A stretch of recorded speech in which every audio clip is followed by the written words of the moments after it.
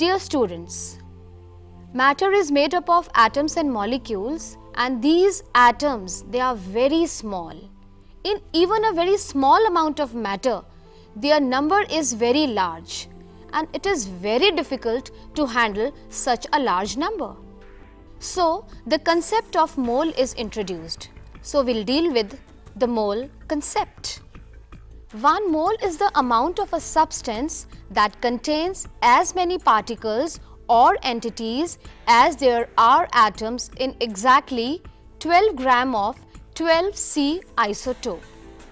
Dear children, as we use the word dozen for 12, we use century for 100.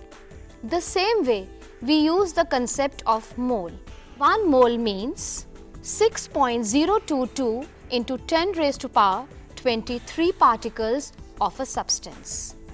1 mole of a substance means that is its molar mass. For example, if I say 1 mole of hydrogen atoms, it means that 6.022 into 10 raised to power 23 atoms of hydrogen. If I say 1 mole of water molecule, it means 6.022 into 10 raised to power 23 molecules of water. And we know that the molar mass of the water is 18. So, the mass of 6.022 into 10 raised to power 23 molecules is 18 grams. Mass of 1 mole of a substance in grams is known as molar mass. Laws of chemical combinations. Elements, they combine to form the compounds, and there are few laws which govern these combinations. The first law is the law of conservation of mass. This law states that matter can neither be created nor destroyed. Let me take an example. Calcium carbonate, that is CaCO3, on heating gives calcium oxide and carbon dioxide. I am now calculating the molecular mass. 40 atomic mass of calcium plus 12 atomic mass of carbon, and 16 is the atomic mass of oxygen multiplied by 3, and it comes out to be 100 U. U is unified mass. It gives calcium oxide and carbon dioxide, and the total of the products is also 100 U. So from this equation and this example, we can see that matter is neither created nor destroyed.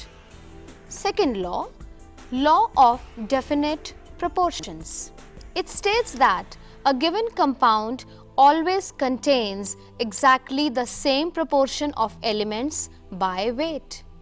Compound from any source, either natural or synthetic, contains same amount of elements in the same ratio.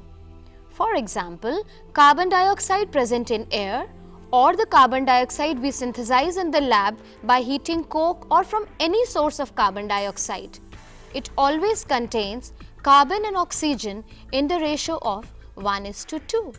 The third law, the law of multiple proportion.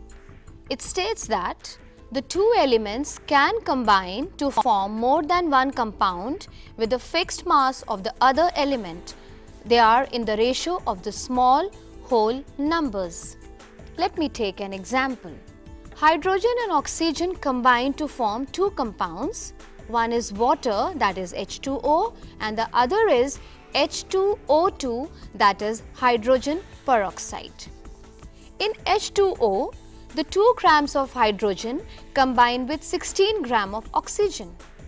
In hydrogen peroxide, 2 grams of hydrogen combines with 32 grams of oxygen. Now, the mass of the hydrogen is fixed. Now, let's compare the ratio of oxygen in the two compounds. In water, oxygen is 16 grams. In hydrogen peroxide, oxygen is 32 grams. 16 is to 32, the simple ratio 1:2. Fourth law, Gay-Lussac's law of gaseous volumes. It states that when gases combine or are produced in a chemical reaction, they do so in a simple ratio by volume, provided all gases are at same pressure and temperature. Last and the fifth law, that is Avogadro's law. It states that equal volumes of the gases at the same pressure and temperature should contain equal number of molecules. Dear children, it was well established that matter is made up of indivisible particles, atomios, that is, atom. Dalton proposed his atomic theory. Let's see what are the postulates of Dalton's theory. First postulate, all matter is composed of small, indivisible particles called atoms. 2. All atoms of a given element are identical in mass and properties. That means atoms of the same element are identical, but the atoms of the different elements are different. Third, the compounds are formed by the combination of two or more atoms in definite arrangements in the ratio of small whole numbers. Fourth, atoms are not created or destroyed or converted into any other kind of atom during a chemical reaction. They are simply rearranged into a new compound. Atomic mass and molecular mass. To do the chemical calculations, we must know what is it. Atomic mass. It is defined as a mass exactly equal to 1/12 mass of one carbon-12 atom. Why we are using this carbon-12? Because we know that there are isotopes of carbon, C12 and C14. Here we are considering the isotope C12. Molecular mass. It is the sum of atomic masses of the elements present in a molecule. Ways of expressing concentration. We do experiments in the lab and we prepare solutions. To prepare a solution, we express concentrations. Now let's see what are the ways how we can express these concentrations. Mass percent. It is obtained by using the following relation. Mass percentage equals to the mass of the solute divided by mass of the solution into 100. For example, there is a solution which contains 5 gram of glucose. We have to calculate the mass percent of the glucose, then how will you calculate? 5 upon 95 plus 5 into 100 because the rest amount is water. Molarity. It is defined as the number of the moles of the solute in 1 liter of the solution. Just see the formula. M is equals to the number of the moles of solute divided by volume of solution in the liter. Here you can see that molarity is depending upon the volume. Molality. It is defined as the number of the moles of the solute present in 1 kg of solvent. It is represented by small m, whereas molarity was represented by capital M. Now let's see mathematically what molality is. M is equals to number of moles of solute divided by mass of solvent in kg. Molality is mass dependent. It's very important to know the difference between molarity and molality. Molarity is depending upon volume, whereas molality is depending upon mass. A very common question, what is the effect of temperature on molarity and molality?